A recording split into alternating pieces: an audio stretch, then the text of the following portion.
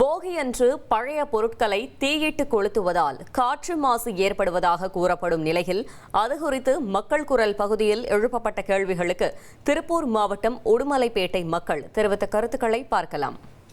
இந்த மாதிரி விஷயத்த விரும்புகிறோன்னு இல்லைங்க, ஆல்ரெடி நம்ம அந்த காலத்துலேருந்து அதை பண்ணிட்டு தான் வர்றாங்க. இப்போவும் அந்த மாதிரி நடைமுறைக்கு இல்லை. ஆனால் இப்போ என்ன சொல்கிறாங்க, எரிக்கிறத விட நிறையா பொருட்கள் நம்ம வீட்டில் வீணாகிறது, எரிக்கிறத விட அங்கிட்டு தூக்கி வீசுறத விட இப்போ நம்ம இந்த ஏரியாவை மாசுபடுறத விட எதுவுமே இல்லாமல் இருக்கிற குழந்தைங்க நிறைய பேர் இருக்காங்க, நிறைய ஃபேமிலிஸ் இருக்காங்க.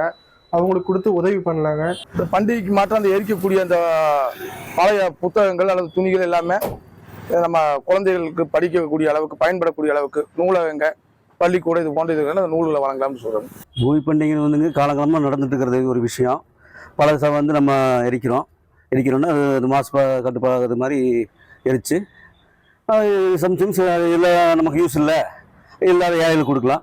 நம்ம புதுசாக வாங்க முடியும் வந்து இல்லாத வந்து நம்ம எரிச்சு வேஸ்ட் பண்ணுறத விட கொஞ்சம் இல்லாதவங்களுக்கு கொடுக்கலாம். இப்போ பழைய துணியோ ஏதோ ஒன்றா இல்லாதவங்க போட்டுக்குவாங்க. மற்றபடி தேவையான பொருட்கள் எரிச்சு இது பண்ணுறது அது காலகாலமாக நடந்துட்டு விஷயம். அது நல்லதான் நினைக்கிறேங்க. அதாவது வந்து மாசு கட்டுப்பாடு இல்லாமல் நல்லபடியாக பண்ணால் நல்லா இருக்கும்னு நினைக்கிறேன். பெரும்பாலான மக்கள் விரும்பல. அது வந்து காற்றினுடைய தூய்மை பாதிக்குது, சுவாசம் சம்பந்தமான நோய்கள் வருது.